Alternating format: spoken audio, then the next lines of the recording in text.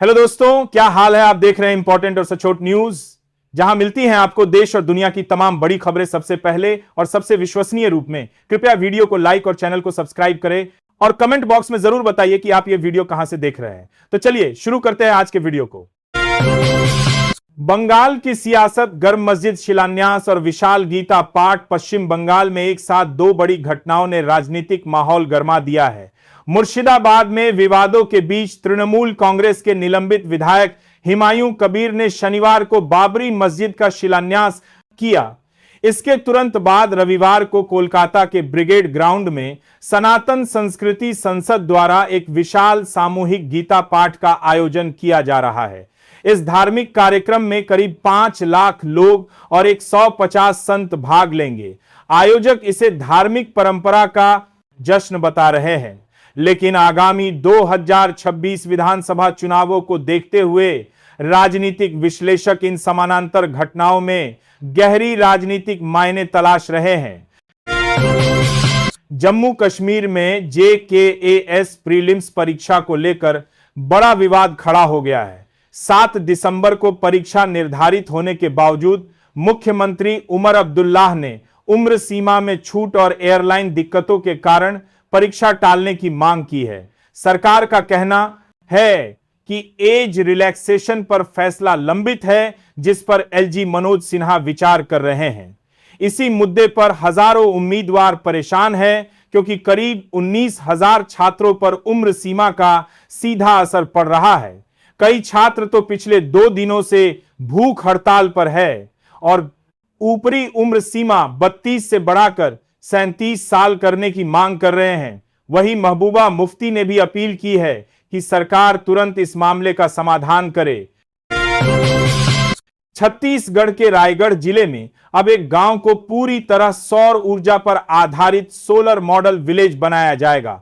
मुख्यमंत्री विष्णुदेव साय के निर्देश पर PM सूर्य घर मुफ्त बिजली योजना को तेजी से लागू किया जा रहा है। जिला प्रशासन ने 10 बड़े गांवों का चयन कर 6 माह की प्रतिस्पर्धात्मक प्रक्रिया शुरू की है, जिसमें जनसंख्या 5,000 से अधिक वाले गांव शामिल है। इन गांवों में घरेलू और सामुदायिक सौर संयंत्र लगाए जाएंगे, जागरूकता अभियान चलेंगे और डोर टू डोर संपर्क किया जाएगा। आदर्श ग्राम समितियां भी गठित की गई है, जो योजनाओं जैसे PM कुसुम सोलर पंप, स्ट्रीट लाइट आदि की जानकारी देंगी। 6 महीने बाद मूल्यांकन के आधार पर एक गांव को रायगढ़ का पहला सोलर मॉडल विलेज घोषित किया जाएगा।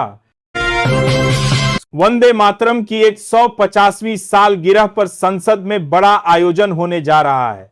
सोमवार को लोकसभा में इस ऐतिहासिक गीत पर विशेष चर्चा होगी, जिसकी शुरुआत प्रधानमंत्री नरेंद्र मोदी करेंगे। रक्षा मंत्री राजनाथ सिंह और कई वरिष्ठ नेता भी हिस्सा लेंगे। कांग्रेस की ओर से प्रियंका गांधी वाड्रा सहित गौरव गोगोई, दीपेंद्र हुड्डा और अन्य सांसद इस चर्चा में भाग लेंगे।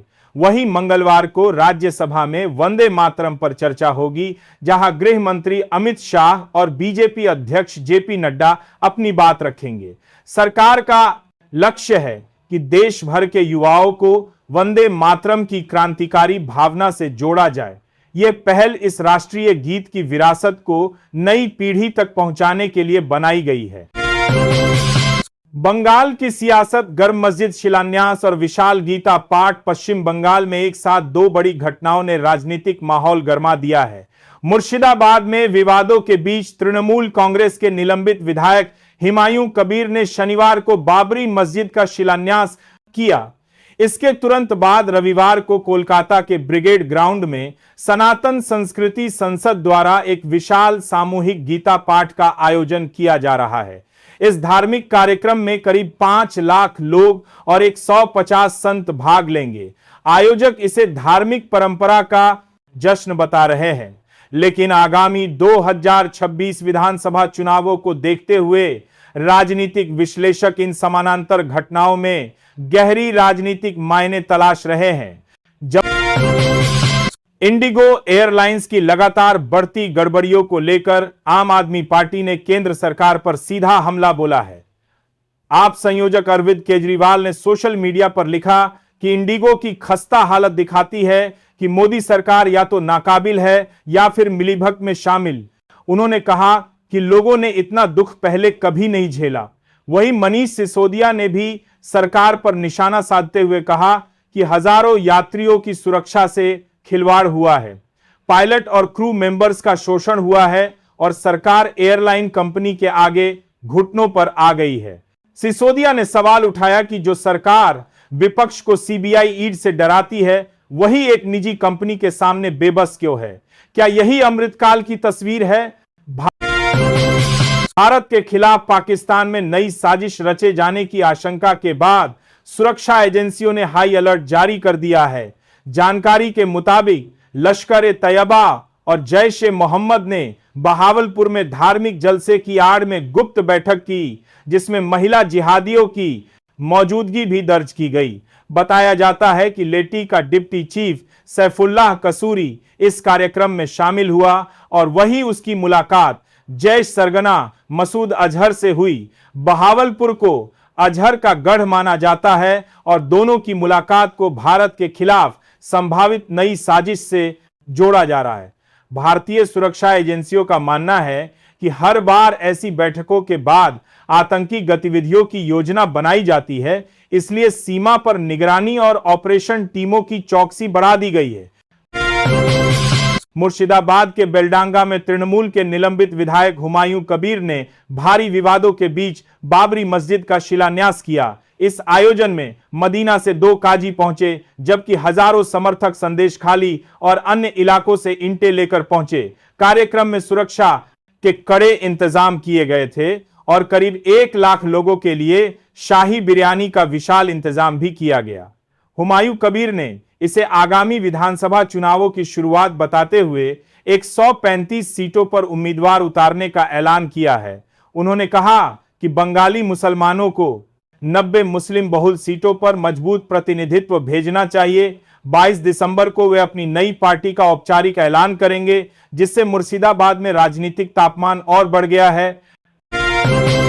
रूस के राष्ट्रपति व्लादिमीर पुतिन के सम्मान में राष्ट्रपति भवन में हुए डिनर में राहुल गांधी को आमंत्रण न मिलने पर उठे विवाद को लेकर बीजेपी ने कांग्रेस पर पलटवार किया है। बीजेपी प्रवक्ता गौरव भाटिया ने राहुल गांधी को अपरिपक्व और गैर जिम्मेदार बताया।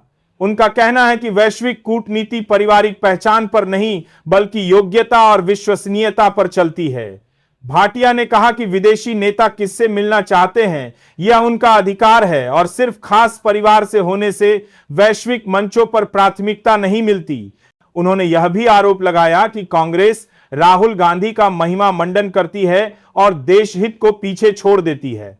भाटिया का कहना है कि दुनिया नेतृत्व को उसकी क्षमता से परखती है, वंश से नहीं, और यही सच्चाई विपक्ष को समझनी चाहिए। प्रधानमंत्री नरेंद्र मोदी ने कहा कि अब देश की विकास दर हिंदू रेट ऑफ ग्रोथ नहीं बल्कि हिंदुस्तान रेट ऑफ ग्रोथ है। उन्होंने बताया कि 1950 1980 के दशक में भारत की कम ग्रोथ दर के लिए यह शब्द इस्तेमाल किया गया, जो मानसिक गुलामी और हीन भावना को दर्शाता है। मोदी ने कहा कि अंग्रेजों ने भारतीयों का आत्मविश्वास तोड़ा और गुलामी की मानसिकता फैलाई। आज भारत दुनिया की सबसे तेजी से बढ़ती बड़ी इकोनॉमी बनकर उभर रहा है। पीएम ने आगे कहा कि देश को भविष्य की जरूरतों के अनुसार वर्तमान में हल तलाशना होगा और मेक इन इंडिया, आत्मनिर्भर भारत और पीएम सूर्य जैसे मिशन देश की तस्वीर बदल रहे हैं। रक्षा मंत्री राजनाथ सिंह कल लद्दाख में 920 मीटर लंबी श्योक टनल का उद्घाटन करेंगे। यह टनल लद्दाख की रणनीतिक सड़क पर बनी है और भूस्खलन, हिमस्खलन और बर्फबारी के समय भी सैनिकों और स्थानीय लोगों के लिए जीवन रेखा साबित होगी। उद्घाटन के साथ ही 125 नई रणनीतिक परियोजनाएं, 28 सड़कें, 93 पुल और 4 अन्य इंफ्रास्ट्रक्चर प्रोजेक्ट्स देश के 7 राज्यों और 2 केंद्र शासित प्रदेशों में चालू होंगी। श्योक टनल से सेना और पैरामिलिट्री की लॉजिस्टिक सपोर्ट क्षमता बढ़ेगी और स्थानीय आवागमन आसान होगा। साथ ही राजस्थान, हिमाचल और पूर्वोत्तर में बनाए गए आधुनिक पुल और सड़कें देश की सुरक्षा और कनेक्टिविटी को मजबूत करेंगी। नए साल के साथ दिल्ली का नक्शा बड़ा बदलाव देखने वाला है। अब राजधानी में 11 नहीं बल्कि 13 जिले होंगे। शाहदरा जिला खत्म कर दिया जाएगा और इसका क्षेत्र शाहदरा उत्तरी व शाहदरा दक्षिणी जिलों में शामिल होगा। नई व्यवस्था के तहत नगर निगम के जोड़ कर दू 21 का तामीन करना होगा। 12 जोन के आधार पर 12 जिले बनाए जाएंगे, जबकि एनडीएमसी और कैंट एरिया मिलकर अलग जिला बनाएंगे। सरकार का दावा है कि इससे प्रशासनिक समन्वय बेहतर होगा, सीमा विवाद खत्म होंगे और नागरिकों को सरकारी सेवाएं तेजी से मिलेंगी। मुख्यमंत्री रेखा जोन के बाद पर वहां पर 12 जिला गुप्ता ने इस प्रस्ताव को मंजूरी दे दी है और जल्द ही इसे कैबिनेट में पेश किया जाएगा। हर नए जिले में मिनी सचिवालय भी स्थापित किए जाएंगे। रक्षा मंत्री राजनाथ सिंह कल लद्दाख में 920 मीटर लंबी श्योक टनल का उद्घाटन करेंगे। यह टनल लद्दाख की रणनीतिक सड़क पर बनी है और भूस्खलन, हिमस्खलन और बर्फबारी के समय भी सैनिकों और स्थानीय लोगों के लिए जीवन रेखा साबित होगी। उद्घाटन के साथ ही 125 नई रणनीतिक परियोजनाएं, 28 सड़कें, 93 पुल और 4 अन्य इंफ्रास्ट्रक्चर प्रोजेक्ट्स देश के 7 राज्यों और 2 केंद्र शासित प्रदेशों में चालू होंगी। श्योक टनल से सेना और पैरामिलिट्री की लॉजिस्टिक सपोर्ट क्षमता बढ़ेगी और स्थानीय आवागमन आसान होगा। साथ ही राजस्थान, हिमाचल इंडिगो संकट के बीच अहमदाबाद एयरपोर्ट पर भारतीय रेलवे यात्रियों के लिए बड़ी मदद बनकर सामने आया है। पश्चिम रेलवे ने एयरपोर्ट पर एक स्पेशल काउंटर बनाया है, जहां रद्द हुई फ्लाइटों से प्रभावित यात्रियों को तुरंत ट्रेन टिकट और सीट उपलब्ध कराई जा रही है। डीआरएम वेद प्रकाश के अनुसार रेलवे अपने हेडक्वार्टर कोटे की 50% सीटें ऐसे यात्रियों के लिए रिजर्व कर रहा है जिन्हें इमरजेंसी में यात्रा करनी है। टिकट बुक करते समय यात्रियों को कोच नंबर भी तुरंत बता दिया जाता है, जिससे उन्हें कंफर्मेशन का भरोसा मिलता है। दिल्ली, मुंबई, पुणे और जयपुर जाने वालों की संख्या अधिक होने के कारण नई दिल्ली के लिए 2 स्पेशल ट्रेनें भी चलाई गई हैं। रक्षा मंत्री राजनाथ सिंह कल लद्दाख में 920 मीटर लंबी श्योक टनल का उद्घाटन करेंगे। यह टनल लद्दाख की रणनीतिक सड़क पर बनी है और भूस्खलन, हिमस्खलन और बर्फबारी के समय भी सैनिकों और स्थानीय लोगों के लिए जीवन रेखा साबित होगी। उद्घाटन के साथ ही 125 नई रणनीतिक परियोजनाएं, 28 सड़कें, 93 पुल और 4 अन्य इंफ्रास्ट्रक्चर प्रोजेक्ट्स देश के 7 राज्यों और 2 केंद्र शासित प्रदेशों में चालू होंगी। श्योक टनल से सेना और पैरामिलिट्री की लॉजिस्टिक सपोर्ट क्षमता बढ़ेगी और स्थानीय आवागमन आसान होगा। साथ ही राजस्थान, हिमाचल और पूर्वोत्तर में बनाए गए आधुनिक पुल और सड़कें देश की सुरक्षा और कनेक्टिविटी को मजबूत करेंगे। सरदार वल्लभ भाई पटेल की 150वीं जयंती पर आयोजित सरदार पटेल 150वीं पदयात्रा का भव्य समापन हो गया। देश के 718 जिलों से लगभग 50 लाख लोगों ने इस राष्ट्रीय पदयात्रा में हिस्सा लेकर एकता के प्रतीक सरदार पटेल को श्रद्धांजलि दी। समापन कार्यक्रम में उपराष्ट्रपति जगदीप धनखड़, केंद्रीय मंत्री डॉक्टर मनसुख मंडाविया और मुख्यमंत्री भूपेंद्र पटेल मौजूद रहे। मंडाविया ने बताया कि यह यात्रा प्रधानमंत्री मोदी के आत्मनिर्भर और विकसित भारत के विजन से प्रेरित है। यह 26 नवंबर को सरदार पटेल के पैतृक गांव से शुरू हुई और 11 दिन बाद एकता नगर में समाप्त हुई। जगह जगह लोगों ने फल, पानी और सहयोग देकर पदयात्रा को जन आंदोलन का रूप दिया। देश भर में कुल 1500 पदयात्राएं आयोजित की गईं। गोवा के नॉर्थ अरपोरा में स्थित Birch by Romeo Lane night club में देर रात सिलेंडर ब्लास्ट हुआ, जिसमें 25 लोगों की दर्दनाक मौत हो गई। मरने वालों में 14 कर्मचारी और 4 पर्यटक शामिल है, जबकि 7 की पहचान अभी बाकी है। हादसा किचन के पास होने के कारण आग तेजी से फैल गई। मुख्यमंत्री प्रमोद सावंत ने बताया कि नाइट क्लब ने फायर सेफ्टी नॉर्म्स का पालन नहीं किया था। पीएम मोदी ने घटना पर गहरा शोक जताते हुए मृतकों के परिजनों को पीएमएनआरएफ से 2 लाख और घायलों को 50,000 रुपये देने की घोषणा की है। यह क्लब आरपोरा नदी के बीच बना भारत का पहला आइलैंड क्लब था, जहां देर रात तक पार्टी और कार्यक्रम चलते थे।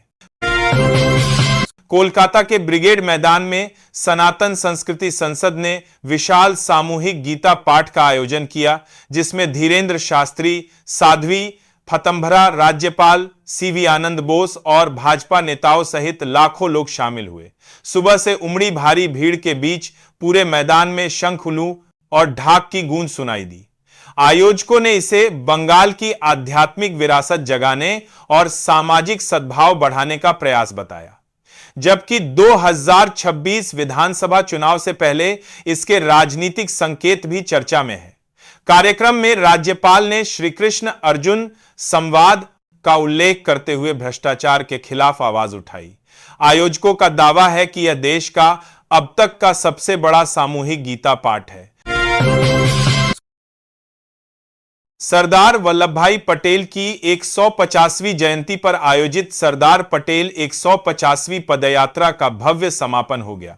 देश के 718 जिलों से लगभग 50 लाख लोगों ने इस राष्ट्रीय पदयात्रा में हिस्सा लेकर एकता के प्रतीक सरदार पटेल को श्रद्धांजलि दी। समापन कार्यक्रम में उपराष्ट्रपति जगदीप धनखड़, केंद्रीय मंत्री डॉक्टर मनसुख मंडाविया और मुख्यमंत्री भूपेंद्र पटेल मौजूद रहे।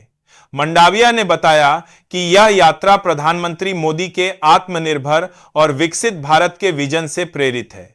यह 26 नवंबर को सरदार पटेल के पैतृक गांव से शुरू हुई और 11 दिन बाद एकता नगर में समाप्त हुई। जगह जगह लोगों ने फल, पानी और सहयोग देकर पदयात्रा को जन आंदोलन का रूप दिया। देश भर में मुर्शिदाबाद में बाबरी मस्जिद जैसी मस्जिद की नींव रखने के बाद सस्पेंड टीएमसी विधायक हुमायूं कबीर ने बड़ा दावा किया है। उनका कहना है कि 40 करोड़ मुसलमानों में से केवल 2-3 करोड़ को छोड़कर बाकी सभी उनके साथ है। उन्होंने आरोप लगाया कि सरकार ने उन्हें रोकने की कोशिश की, लेकिन वह नहीं रुके। कबीर के अनुसार यह सिर्फ मस्जिद नहीं होगी, इसके साथ कॉलेज और अस्पताल भी बनाया जाएगा, जिसका कुल बजट 300 करोड़ बताया जा रहा है। शिलान्यास कार्यक्रम में 40 शून्य बिरयानी पैकेट बांटे गए। उधर हैदराबाद में भी एक संगठन ने बाबरी मस्जिद की याद में स्मारक बनाने की घोषणा की है, जिससे मामला और राजनीतिक